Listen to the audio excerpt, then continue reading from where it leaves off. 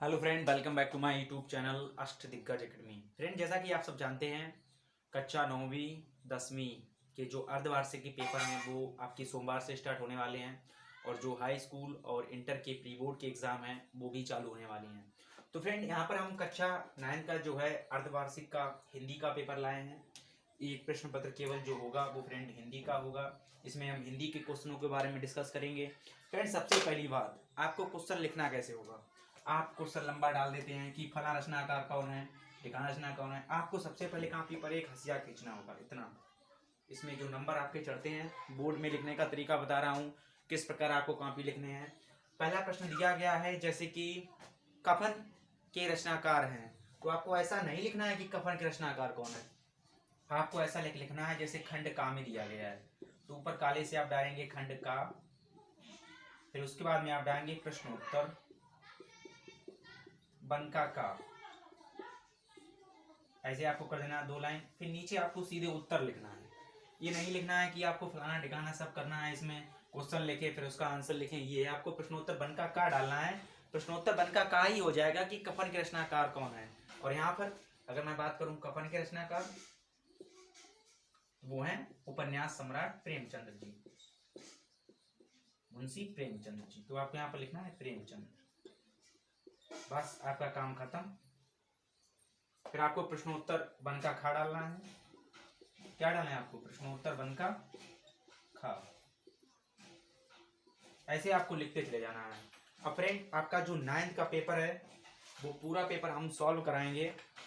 आप बने रहेंगे वीडियो के साथ और इस क्लास को ज़्यादा से ज़्यादा उन लोगों के पास शेयर करें जो कक्षा 9th में। उनकी किसी भी प्रकार की समस्या अगर आ रही है लेकर कि आपको फला लिखना नहीं आता है, साहित्यिक परिचय तो 9th में नहीं आता है, जीवन परिचय लिखना नहीं आता है, तो उसे हम डिस्कस करेंगे कि किस भांति अब होगा। ये आपका जो बैच है वो सूरमा बैच है पेपर के लिए। तो फ्रेंड, क्वेश्चन जो है वो आपका ये रहा है स्क्रीन पर। पहला दिया गया है आपका कि निम्नलिखित कृतियों में से किसी एक कृति के लेखक का नाम बताइए। पहला है आपका कामायनी, दूसरा है भारत दुर्दशा, तीसरा है आपका नूतन ब्रह्मचारी, चौथा है आपका चंद्रकांता। यहाँ पर क्वेश्चन ऐसा एक थोड़ा मैंने पॉइंट चेंज कर दिया है। आपकी स्क्रीन पर ये रहा क्वेश्चन कि कुछ आप बीती और भारत दुर्दशा, तीसरा ऑप्शन नूतन ब्रह्मचारी और चंद्रकांता। यहाँ पर हम सबकी बात करेंगे। पहला क्वेश्चन है कुछ आप बीती, यानी प्रश्नोत्तर आपने बनका का डाल लिया। क्या डाल लिया? प्रश्नोत्तर बनका का। फ्रेंड, जो आपका है ये कुछ आप बीती, इसके हम लोगों के रचना का लिखना है कुछ आप बीती। ओके फ्रेंड, कुछ आप बीती जो ये है ये आपको बताना है कि इसके लेखक कौन है। कमेंट बॉक्स में कमेंट कर दीजिएगा। अगला क्वेश्चन मैं आपको इसी में बता रहा हूं कि जो आपका है भारत दुर्दशा। क्या? भारत दुर्दशा। जो भारत दुर्दशा के लेखक हैं वो कौन है? मुंशी प्रेमचंद्र जी। क्वेश्चन नोट कर लीजिएगा। सॉरी, मुंशी प्रेमचंद ही नहीं है, हरिश्चंद्र। हरिश्चंद्र। ओके। फिर उसके बाद में आपका है क्वेश्चन नूतन ब्रह्मचारी। कौन? नूतन ब्रह्मचारी।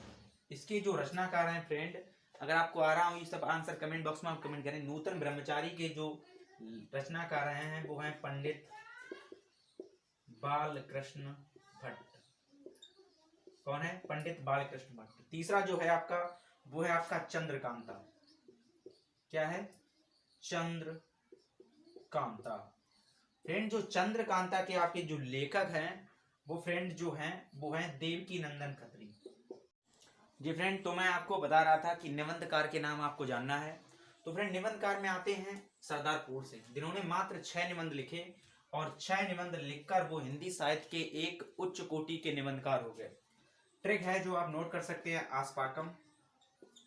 आ से हो गया आचरण की सभ्यता, ये एक निबंध है, आचरण की सभ्यता। फिर उसके बाद में आ के डंडाफार हो गया, ये बाद में बताएंगे। साफार हो गया सच्ची वीरता, सच्ची वीरता। पाफार हो गया आपका पवित्रता, नोट करते रहिएगा। उसके बाद में कर्म भूमि। फिर उसके बाद में उन्होंने लिखा मजदूरी और प्रेम, मजदूरी और प्रेम, इसे बोलते हैं आप। और अमेरिका का मस्त योगी वाल्ट व्हिटमैन, अमेरिका का मस्त योगी वाल्ट व्हिटमैन। ये आप नोट करिए, कर्म भूमि है या कन्यादान है, ऐसी कुछ है। ये आपके निबंधकार हो गए। कौन? सरदार पूर्ण सिंह। केवल आपको इनका नाम लिखना था। मैंने आपको ज्यादा इसलिए बता दिया क्योंकि आप जब स्कोर करते हैं लगभग 90% तो आपकी खपड़ी में 70% रहता है। ज्यादा पढ़िए, कुछ चीजें आपको याद नहीं रहेंगी तो भी काम वहां पर चल जाएगा, तो स्कोर ज्यादा करेंगे हम लोग, समझे। फिर उसके बाद में हम चलते हैं अगले क्वेश्चन पे। अगला जो क्वेश्चन है वो आपकी स्क्रीन पर ये रहा। अगला क्वेश्चन कह रहा है कि सरस्वती पत्रिका के संपादक का नाम लिखिए। जी फ्रेंड, सरस्वती पत्रिका की नहीं, आपका गा क्वेश्चन जो है वो है वैदिकी हिंसा हिंसा न भगवती के रचनाकार हैं। तो फ्रेंड, वैदिकी हिंसा हिंसा न भगवती के जो रचनाकार हैं फ्रेंड, वो रचनाकार आपके हो जाएंगे भारतेंदु हरिश्चंद्र जी। भारतेंदु हरिश्चंद्र। आपको सही दिख रहा है? नोट करिएगा, मोस्ट इंपोर्टेंट रचना है, पेपर में बहुत पूछी जाती है। वैदिकी हिंसा हिंसा न भगवती के जो रचनाकार हैं वो हैं भारतेंदु हरिश्चंद्र। चलिए चलते हैं अगले क्वेश्चन पर। अगला क्वेश्चन आपकी स्क्रीन पर ये रहा कि सरस्वती पत्रिका का संपादन किसने किया।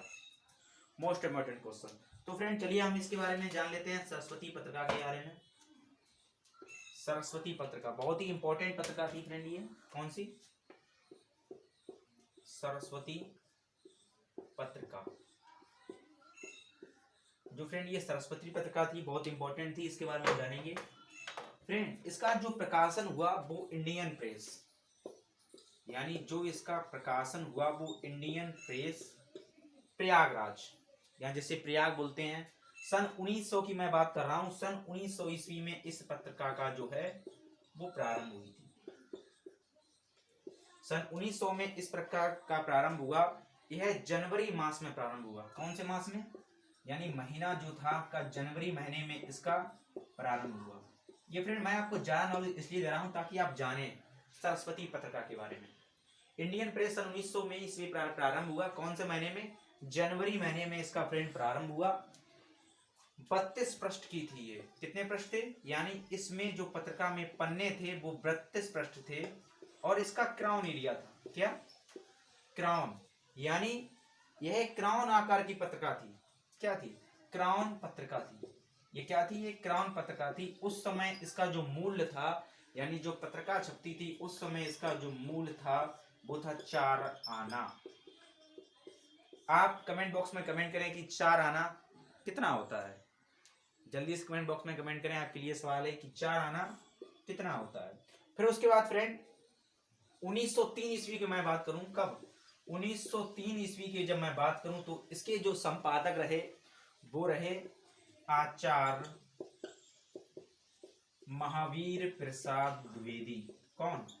आचार्य, ये नाम पूरा इकट्ठा लिखा जाएगा, मैं आपको बता दे रहा हूं। आचार्य महावीर प्रसाद द्विवेदी जी सन 1930 ईस्वी में इस पत्रिका के क्या रहे? संपादक। और वो सन 1903 ईस्वी से मैं बता रहा हूं, सन 1903 ईस्वी से सन 1920 ईस्वी तक इस पत्रिका के संपादक रहे। कौन? आचार्य महावीर प्रसाद द्विवेदी। सन 1903 से सन 1920, यानी 17 साल तक इन्होंने इस पत्रिका का संचालन सफलता पूर्वक किया। किसने? आचार्य महावीर प्रसाद द्विवेदी। तो फ्रेंड क्वेश्चन जो आपका कह रहा था कि सरस्वती पत्रिका के संपादक का नाम लिखिए, तो आचार्य महावीर प्रसाद द्विवेदी इस पत्रिका के संपादक थे। अगर मैं यही क्वेश्चन चेंज कर दूं कि सरस्वती पत्रिका के प्रथम संपादक कौन थे? कौन? प्रथम संपादक, तो फ्रेंड नाम आ जाएगा बाबू श्याम सुंदर दास। क्या आ जाएगा? बाबू श्याम सुंदर दास। मोस्ट इंपॉर्टेंट ये खीर, आप खीर मत समझिएगा, एक बार पढ़ लीजिएगा सरस्वती पत्रिका से, चाहे आप 9th में हो, चाहे हाई स्कूल में हो, चाहे इंटरमीडिएट, चाहे फर्स्ट ईयर में हो, एक ना एक क्वेश्चन फंसता ही है। तो मैंने इसीलिए सरस्वती पत्रिका के बारे में बता दिया कि सरस्वती पत्रिका इंडियन प्रेस सन 1900 ईस्वी में प्रारंभ हुई थी, जनवरी माह में प्रारंभ हुई। इसके जो पन्ने थे वो 32 पन्ने थे, जो एक क्राउन आकार की होती थी। कौन से आकार की? क्राउन। जो एक क्राउन आकार की पत्रिका थी। इसका जो मूल्य था उस समय, जो रुपए थे इसके, वो थे 4 आना। 1903 ईस्वी में आचार्य महावीर प्रसाद द्विवेदी इस पत्रिका के संपादक रहे। सन 1903 ईस्वी से सन 1920 ईस्वी तक वो इस पत्रिका के संपादक का कार्य कुशलता पूर्वक संभाला, यानी 17 साल। अगर मैं बात करूं सरस्वती पत्रिका के प्रथम संपादक, तो वो थे बाबू श्याम सुंदर दास। तो बिना किसी समय नष्ट किए चलते हैं अगले क्वेश्चन पर। अगला क्वेश्चन है आपका दूसरे का प्रेमाश्रयी शाखा। प्रेमाश्रयी शाखा की 2 विशेषताओं पर प्रकाश डालिए। आपके पास विशेषता पूछेगा। मैं आपको बता चुका हूं कि हिंदी गद्य साहित्य के इतिहास में जो है आपका वो 5 नंबर, और हिंदी पद्य साहित्य के इतिहास में जो है आपका 5 नंबर आएगा। ओके, तो इसमें आपका बता दिया गया है फ्रेंड कि प्रेमाश्रयी शाखा की विशेषताएं लिखिए। प्रेमाश्रयी शाखा की विशेषताएं।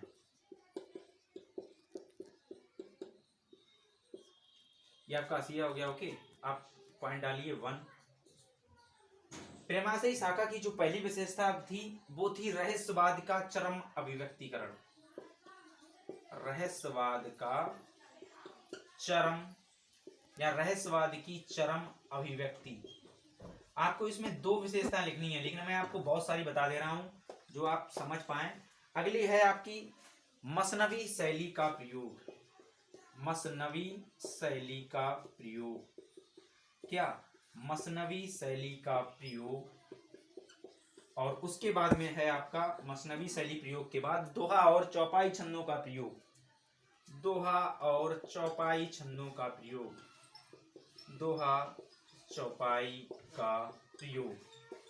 ये फ्रेंड जो है आपका, ये फ्रेंड प्रेमाश्रयी शाखा की विशेषताएं हैं जो आप लिखिए। प्रेमाश्रयी शाखा की अगर मैं कवि की बात करूं तो आ गया इसमें पद्मावत। पद्मावत के लेखक कौन है? मलिक मोहम्मद जायसी। जी बिल्कुल राइट, मलिक मोहम्मद जायसी। यहाँ पे सीधे जायसी भी लिख सकते हैं कि जायसी ने क्या लिखा है? Padmavat. Okay, most important question है, आप ये सब लिखते रहिएगा, अपने नोट्स बनाते रहिएगा। अगर कोई भी समस्या आ रही हो तो कमेंट बॉक्स में कमेंट करते रहिएगा।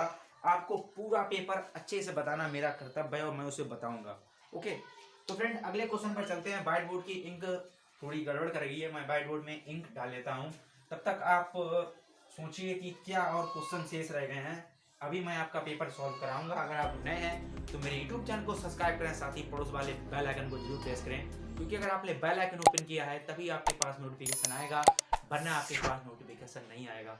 आप स्वतंत्र हैं, कोई भी सिलेबस से विदाउट एनी रीजन कोई क्वेश्चन पूछ सकते हैं। कुछ समझ में नहीं आ रहा है तो पूछ सकते हैं। यूट्यूब पर सिलेबस भरा पड़ा हुआ है।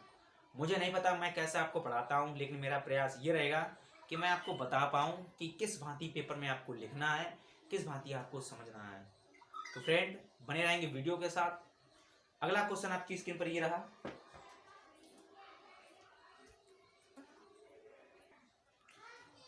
फ्रेंड जो अगला क्वेश्चन है वो आपके पास स्क्रीन पर ये रहेगा कि मृगावती और मधुमालती के रचनाकार कौन है। तो फ्रेंड यहाँ पर हम देख लेते हैं मृगावती, चौथी मधी नहीं, मृगावती। मृगावती और मधुमालती। फ्रेंड कुतुब शतक की जो है वो है मृगावती। कुतुब शतक कौन? कुतुब शतक की जो रचनाकार लेखक हैं वो, मतलब ये रचना है इनकी मृगावती। मृगावती क्या होगी? रचनाएं। और उसके बाद में मधुमालती की है मंजनकृत। मंजनकृत, ये आप नाम मंजन भी लिख देंगे तो भी सही हो जाएगा। ओके, ये इसके रचनाकार हैं। मोस्ट इंपोर्टेंट रचना है, बहुत ही ज्यादा पेपरों में पूछी जा सकती है। कक्षा 9 की अगर पेपर की बात करूं। और अगला क्वेश्चन आपकी स्क्रीन पर ये रहा कि मीराबाई की 2 काव्य कृतियों के नाम लिखिए। फ्रेंड अगर मीराबाई की हम यहाँ पर काव्य कृतियों की बात करें, किनकी? मीराबाई की काव्य कृतियां। तो फ्रेंड मीराबाई की जो काव्य कृतियां हैं वो गीत गोविंद। गीत गोविंद के रचनाकार तो जयदेव है ना। गीत गोविंद उन्होंने टीका लिखी है। क्या? गीत गोविंद टीका। अगर वैसे अगर हम बात करें तो गीत गोविंद के रचनाकार कौन है? गीत गोविंद के अगर वैसे रचनाकार की बात करें तो आपके आएंगे जयदेव। लेकिन अगर इन्होंने गीत गोविंद के ऊपर टीका लिखी है तो इन्होंने मीराबाई। फिर राग सोरठ के पद, राग सोरठ के पद भी इन्होंने लिखा है। उसके बाद मैंने कुछ नोट किया है वो भी बता रहा हूं। बरसी का मायरा, बरसी का मायरा इन्होंने लिखा है। ये फ्रेंड जो रचनाएं होगी वो मोस्ट इंपोर्टेंट है मीराबाई के ऊपर, ये आपके पेपर में पूछा जा चुका है। फ्रेंड अगले क्वेश्चन की बात करें तो अगले क्वेश्चन रहा आपकी स्क्रीन पर ये कि विनय पत्रिका के संपादक कौन है या विनय पत्रिका के रचनाकार कौन है। तो फ्रेंड आप कमेंट बॉक्स में बताइएगा कि विनय पत्रिका के रचनाकार कौन है। विनय पत्रिका, कौन सी पत्रिका? विनय पत्रिका, विनय पत्रिका। विनय पत्रिका के जो रचनाकार हैं वो हैं तुलसीदास जी। अब समझ लीजिए विनय पत्रिका में कहा गया है, विनय पत्रिका में ये कहा गया है कि जब कलयुग आता है, कलयुग के बारे में इसका बताया गया है। कलयुग, कलयुग के बारे में एक संदेश तुलसीदास जी ने ईश्वर को समर्पित किया है। किसे? ईश्वर को। ईश्वर को एक इन्होंने संदेश समर्पित किया है। विनय पत्रिका के माध्यम से बताया गया कि जब कलयुग आएगा तो क्या होगा, क्या विडंबनाएं होंगी, क्या आश्चर्यचकता होती, भाई भाई का साथ नहीं देगा, मित्र मित्र के प्रति कलह, द्वेष भावना, निंदा, क्रोध, ईर्ष्या, ये सब इसमें भरा हुआ पड़ा है। तो मेन पॉइंट है विनय पत्रिका के जो संपादक हैं वो कौन है?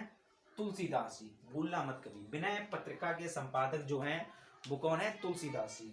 जी फ्रेंड अगले क्वेश्चन की हम बात करते हैं। आपकी स्क्रीन पर ये रहा फ्रेंड। अगला क्वेश्चन में आपका कहा गया है कि निम्नलिखित गद्यांशों में से किसी एक के नीचे दिए गए प्रश्नों का उत्तर दीजिए।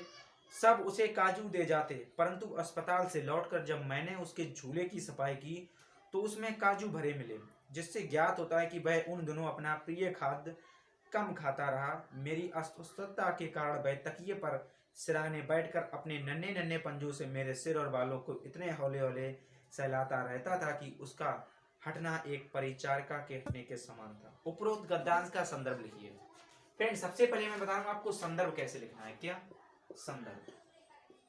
संदर्भ में काफी बच्चे ऐसा करते हैं, निम्नलिखित प्रस्तुत पंक्तियां हमारी हिंदी से ली गई हैं, सामान्य हिंदी से ली गई हैं, पाठ का नाम फलाना ठिकाना, ऐसा आपको नहीं करना है। नंबर मिलेगा आपको 1। तो फ्रेंड आपको केवल लिखना है पाठ का नाम। क्या? पाठ का नाम। फला पाठ के लेखक का नाम कौन है आपको लिखना है। फिर उसके बाद में लेखक का नाम। क्या? लेखक का नाम। बस आपको लिख के छोड़ देना है। फिर आपको हेडिंग डालनी है क्या? रेखांकित अंश की व्याख्या। तो आपको यहाँ पर व्याख्या लिखना है, जैसा मैं बता रहा हूँ बिल्कुल वैसा लिखना है। नीचे लिखना है आपको व्याख्या। रेखांकित अंश, व्याख्या का मतलब हो गया है जो कोई ज्यादा बड़ा की अगर हम व्याख्या करेंगे तो व्याख्या में जो आपका होगा, जैसे अगर हम ताजमहल की व्याख्या करेंगे, किसकी? ताजमहल, तो उसमें हम ताजमहल के बारे में जानेंगे कि ताजमहल जैसे इसमें 4 मीनार लगी है। ताजमहल का मतलब व्याख्या, इसको बड़ा चढ़ा कर लिखना है, व्याख्या करना है, व्याख्या बड़ा लिखना है इसको। तो ठीक इसका जो रेखांकित अंश है, रेखांकित अंश का मतलब ये होगा जैसे हमने हिंदी साहित्य में रेखांकित कर दिया तो हमने हिंदी की व्याख्या करनी है। हिंदी हमारी राष्ट्रभाषा है, मातृभाषा है, स्वीकृति कब मिली, राष्ट्रभाषा बोल सकते हैं, अच्छे से लिख सकते हैं, बस यही सब चीजें जो हैं भावनात्मक होती है। उसके बाद में किसने व क्यों अपना प्रिय भोजन खाना छोड़ दिया, जो इसमें बच्चा है उसने अपना खाना छोड़ दिया, ये आपके सिलेबस में है। आपको इन स्टंजा को, इन गद्यांश की लाइनों को देखना होगा कि ये कहाँ से ली गई, बस और कुछ नहीं है। फिर अथवा में दिया गया है कि यदि हम वैध होते तो कफ और पित्त के सैवर्ती की व्याख्या करते तथा भूगोल वेत्ता होते तो देश की जलवायु का वर्णन करते, किंतु दोनों विषय में हम बात कहने का प्रयोजन नहीं है, हम तो केवल उसी के ऊपर 2-4 बातें लिख सकते हैं। अथवा का मतलब हो गया या तो आपको ऊपर वाला करना है या आपको नीचे वाला करना है। ओके, फिर इसके बारे में हम बताएंगे आपको। अब इसके बाद आपका जो आ जाएगा वो आ जाएगा पद्यांश की व्याख्या। क्या क्या? जैसे आपने गद्यांश के बारे में संदर्भ लिखा वैसे ही आपको पद्यांश के बारे में लिखना होगा। किसके बारे में फ्रेंड? पद्यांश के बारे में। तो उसमें देख लीजिए, निम्नलिखित में से पद्यांशों में से किसी एक की संदर्भ सहित व्याख्या कीजिए तथा उनका काव्य सौंदर्य भी लिखिए। मोस्ट इंपोर्टेंट लाइन देखिएगा, काव्य सौंदर्य। जब मैं था तब गुरु नहीं, अब गुरु हैं हम नहीं, प्रेम गली अति साकरी तामे दोना समाई। फ्रेंड जब मैं था तब गुरु नहीं, मैं मतलब बोल रहा है अहंकार। देखिए पद्यांश आपको लिखाते हैं, पद्यांश पद्यांश में जो आपका संदर्भ आएगा वो आएगा। सबसे पहली बात, पद्यांश में आपको लिखना है क्या, जब। जब डॉट डॉट डॉट डॉट करके लास्ट में जो आपका पॉइंट है वो आपको लिखना है। लास्ट में जैसे है समाही, समाही, बस। फिर उसके बाद में आपको संदर्भ हेडिंग डालना है। फिर उसके बाद में आपको लिखना है इसकी व्याख्या, व्याख्या। लेकिन फ्रेंड इसके बाद आपको एक चीज और ध्यान देनी है, इसमें लिखा है काव्य सौंदर्य के तत्व। मोस्ट इंपोर्टेंट हेडिंग क्या है, काव्य सौंदर्य के तत्व, काव्य सौंदर्य के तत्व। इसमें जो आपका फ्रेंड आ जाएगा वो काफी बच्चे नहीं लिखते हैं, इसमें आपका आ जाएगा रस, फिर छंद, फिर अलंकार। यानी जो इसमें रस और छंद अलंकार हैं वो किस भांति प्रयोग किया गया। संदर्भ, प्रस्तुत पद्यांश, यहाँ अगर पाठ का नाम भी अगर इसमें लिख सकते हैं तो पाठ का नाम लिख दीजिए। फिर उसके बाद में इसकी व्याख्या करना है संदर्भ सहित। व्याख्या मतलब जब मैं था, यानी जब अहंकार कह रहा है जब मैं था तब जब मैं था तब गुरु नहीं। जब अहंकार था तो गुरु को प्राप्ति नहीं हो सकती है। जब गुरु है हम नहीं, और जब गुरु होता है, जब गुरु था तो मैं यानी अहंकार नहीं था। प्रेम गली अति साकरी, ये जो ज्ञान की गली है बहुत अधिक सक्रिय है, इसमें दोनों नहीं समा सकते हैं। यहाँ अहंकार को ले लीजिए या ज्ञान को ले लीजिए। तो फ्रेंड ज्ञान और अहंकार के बीच में प्रतिवर्ती स्पर्धा होती है। अगर छोटे बनकर अब आप हर बात सीख सकते हैं, अगर आप अहंकारी हैं तो आप कुछ भी नहीं सीख सकते हैं। फिर अथवा में दिया गया है मेरे तो गिरधर गोपाल दूसरों ना कोई, जाके सिर मोर मुकुट मेरो पति सोई। ये सब आपको लिखना है। फिर उसके बाद में आपके बारे में 5वें का क्वेश्चन आपकी स्क्रीन पर ये रहा। 5वें का क्वेश्चन आपका कह रहा है कि निम्नलिखित लेखकों का जीवन परिचय लिखिए। मोस्ट इंपोर्टेंट, कक्षा 9 और 10 की मैं बात करूं आपको जीवन परिचय लिखना होता है, लेकिन जैसे ही आप कक्षा 11 और 12 में पहुंच जाते हैं आपको साहित्यिक परिचय लिखना होता है।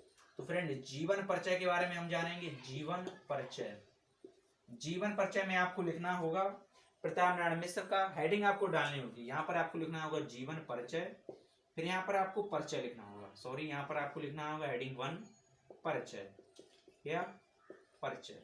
फिर आपको यहाँ पर कृतियां, आप अगर यहाँ पर शिक्षा भी इसकी लिख सकते हैं तो शिक्षा भी लिख दीजिए, कोई गलत बात नहीं होगी। कृतियों में आपकी रचनाएं ग्रंथ आ जाएंगे। इसमें आपकी ग्रंथ, उपन्यास, पत्रिकाएं, फिर इनकी आ जाएगी भाषा शैली। क्या आ जाएगी, भाषा शैली।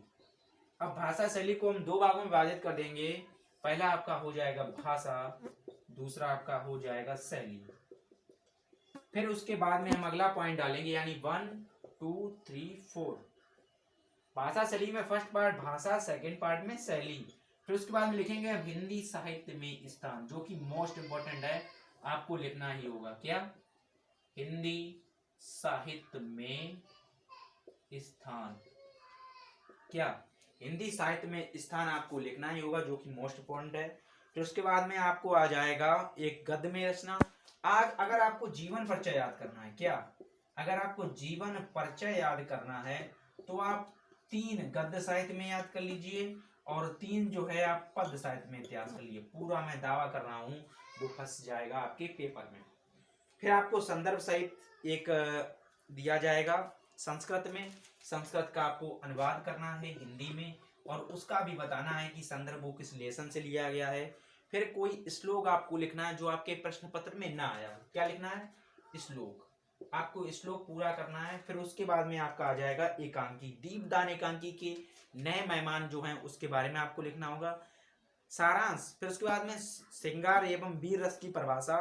श्रृंगार एवं वीर रस, देखो श्रृंगार या वीर रस की मैं बात कर रहा हूँ। क्या, किसका, श्रृंगार या वीर रस।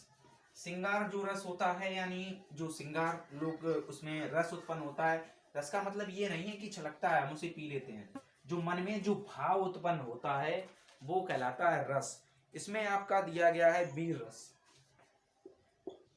वीर रस, रस के लिए जो 4 चीजें जरूरी हैं वो है स्थायी भाव, विभाव, अनुभाव और संचारी भाव।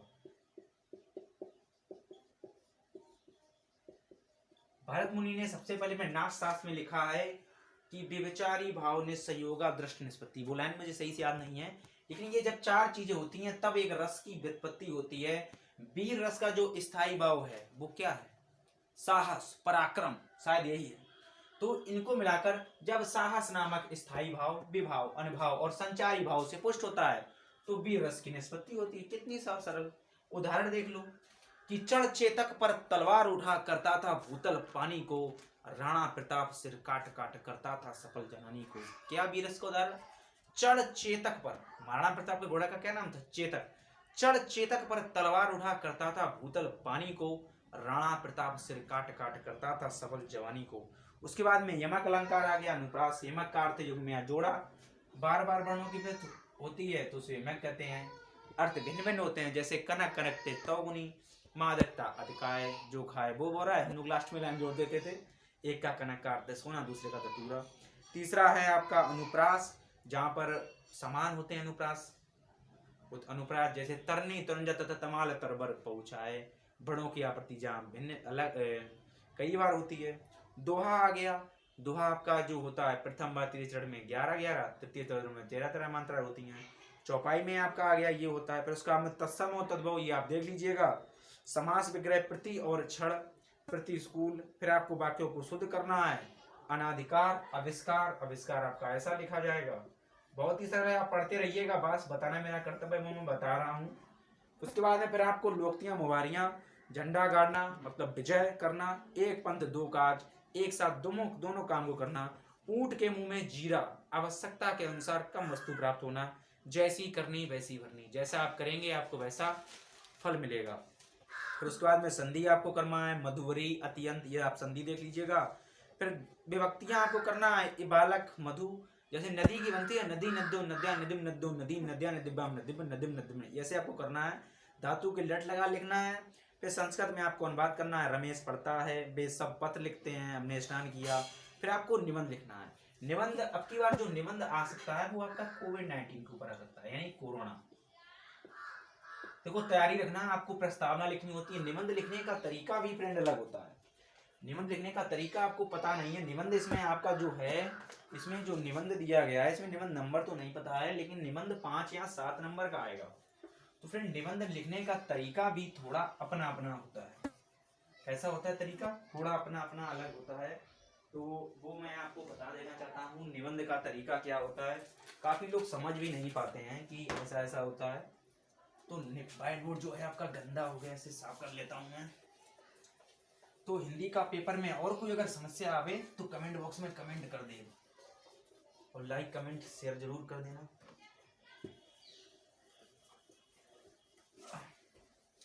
ये आपका व्हाइट बोर्ड चिकना हो गया। निबंध, निबंध चुनी हुई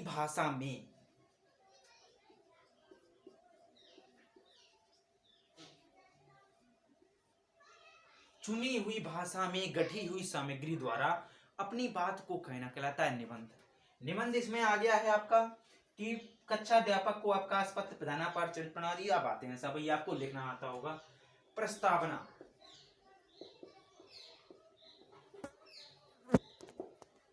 किस बात को हम किस बातों में कह रहे हैं, बोल रहे हैं, किसके बारे में बात कह रहे हैं। निबंध आ गया आपको चमत्कार को नमस्कार विज्ञान के क्षेत्र में, तो आपको प्रस्तावना लिखनी होगी। फिर उसके बाद में आपको बांट देना है कई पॉइंटों में। सबसे पहली हेडिंग आपकी पड़ेगी प्रस्तावना, बीच में आप कुछ भी हेडिंग डालें वो आपके ऊपर डिपेंड करता है। लास्ट हेडिंग जो आपकी पड़ेगी वो पड़ेगी उपसंहार। उपसंहार क्या, ये मैंने काली माना वो चला दिया तलवार ऐसा सब गर्दन कट गई। निष्कर्ष क्या निकला, कंक्लूजन। बीच में आप हेडिंग कुछ भी डालें कि विज्ञान के ये लाभ हैं, विज्ञान की ये हानि है, फर्क नहीं पड़ता। पहली हेडिंग आपकी पढ़ी होनी चाहिए उपसंहार, और लास्ट हेडिंग जो आपकी होनी चाहिए वो उपसंहार होनी चाहिए। आप इसमें हेडिंग भी बना सकते हैं कि फला टेलीविजन बन गया, इन्होंने आविष्कार किया, उन्होंने आविष्कार किया, विज्ञान के लाभ क्या है, हानि क्या है, सदुपयोग हो रहा है कि इसका दुरुपयोग हो रहा है, बहुत सी चीजें कक्षा अध्यापक को भी आता है, वो आप लिख सकते हैं। प्रधानाचार्य वाला निबंध इतना टफ नहीं है, अदर लेवल पर कोई निबंध जब आता है वो आपका टफ होता है। तो फ्रेंड ये आपका पूरा पेपर था। अभी भी कोई समस्या आ रही हो तो कमेंट बॉक्स में जरूर कमेंट करें। और बगल वाले घंटे को जरूर दबाएं और मेरी वीडियो को सब्सक्राइब करो, लोगों के पास शेयर करो। तब तक के लिए जय हिंद। अगली वीडियो बहुत ही जल्द आपके पास आएगी, कक्षा 11 हाई स्कूल की और 12 की। चिंता मत कीजिए, आप लोग भी कोई भी समस्या आ रही है कमेंट बॉक्स में कमेंट करें। जय हिंद।